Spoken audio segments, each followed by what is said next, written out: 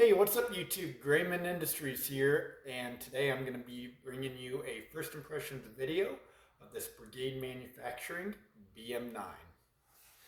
Start off by showing you it is cleared, and I want to preface this video by saying this is just a first impressions opinion of this. I have not shot this yet, and I have not even zeroed in the red dot that I have on this. With that being said, let's take a closer look at this weapon. Okay, let's start off by going over a few options for the Brigade BM9. And I'll finish with the good, the bad, and the ugly, I guess. So for the barrel length, I opted for the 5.5 just to get it as short as possible. Run it as a truck gun or a backpacking gun. What I like about the 9mm is it's a lighter round than 300 blackout, and you can run a short barrel like this. Other options are the 7.5 barrel and 9-inch barrel lengths. Colors for this weapon are black, FDE, gray, and red or blue. The pistol brace on the back end is either the option you see here, which is the paddle brace, or the kind of arm clamp style or forearm wraparound style. And both pistol braces are extendable and collapsible, and the buffer tube is a mil-spec buffer tube. The optic I have on here is a SIG Romeo 5. I did not order it with the optic, just simple red dot. The mounting options up front on the side and on the bottom are their, I believe, U-Lock proprietary design, which accepts M-Lock and key mod styles. You have a QD point right there, and then a sling point as well right here. Now, what I like about this weapon is the price. It comes in right around $800 at time of filming this video. And what's nice about that is it's under $1,000. The bolt carrier group is a proprietary design and is weighted to mitigate malfunctions with these 9mm AR styles. Some of the things that, depending how you look at, I like, because I'm not paying for stuff that I'm going to swap out anyways, but take it as you want. Some people may like it, some people may not. I personally don't mind because I'm swapping it out. Is the kind of standard AR style accessory pack or, furniture with this. You got the A2 pistol grip.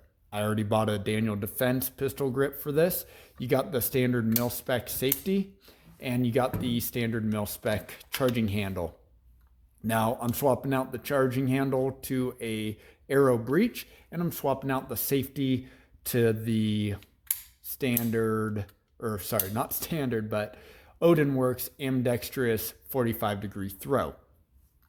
You got a standard bolt catch, which is pretty nice. It will accept the bad lever from Magpul, which I know some of the aftermarket bolt catches are larger, so your hand can hit them easier, but they won't accept that bad lever. I personally like the bad levers.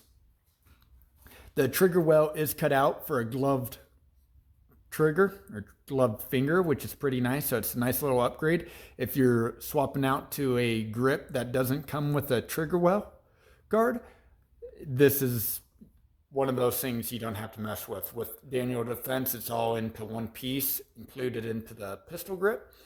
So I'll be pulling this off anyways. The trigger seems like a standard mil-spec trigger. I'm not sure if I'm going to be swapping it out or leaving it alone. Now with this, the magazine well is one of those interesting things, is you get all this excess aluminum all through here. So that's one thing I wish they did cut off, kind of saved a few more ounces, and it'd improve, I guess, the looks of this weapon for me. Just kind of weird seeing a big old mag well and then small little Glock magazine. This does accept Glock magazines. You do get 130 round mag. It is not Glock branded, but you can always swap up or upgrade to the Glock branded mags, which I did. We'll take a look at the other side of this. Now, one downside to it that I'm just not a big fan of is when you get it in different colors, this mag release paddle. It's very large. I do like how it feels, but if you get it in any other color other than black, this sticks out as a huge, large eyesore, I guess. It's not very tasteful to the eyes, in my opinion. Now, as you can see also, I've just been kind of dry firing and playing with the mags, doing reloads, and you can see the finish is already kind of getting dinged up. And that's one thing I've realized about this is the finish on this is very thin compared to my Odin Works rifles and also my Daniel Defense rifles. I just feel like maybe they did a very light, this might be one of them. I don't know if every weapon from Brigade is like this, but it feels like the finish on this is very light coating. It's already starting to wear kind of in non-touch areas around the corners. So not the biggest fan of that, but I am going to be spray painting it anyways, so I don't really mind.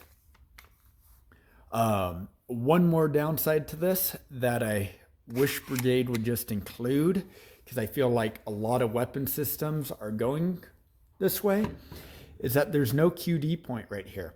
Now with this gun being so tiny, I'd really like to run a single point sling, but the only place to run a single point sling with a QD mount is either up here or you take away the QD mount and run it down there, which for me is going to run this weapon way too low. And if you do run the QD sling point right here, it's going to be off balance and it's going to swing up and point right at your face. So I wish they just upgraded this little back plate right here to accept QD points. Would be a nice upgrade straight from the factory so you don't have to do it afterwards. But I guess till then, I'm going to be running a 2-point sling. Now, I really like the price of this.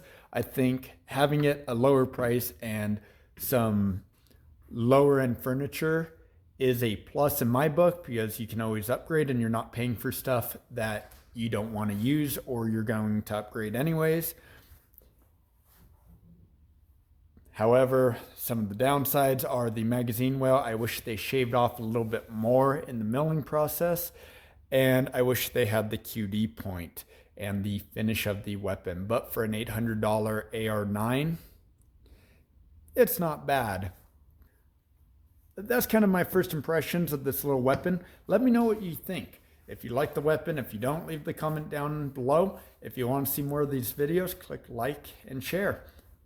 Hopefully I'll see you on the next one.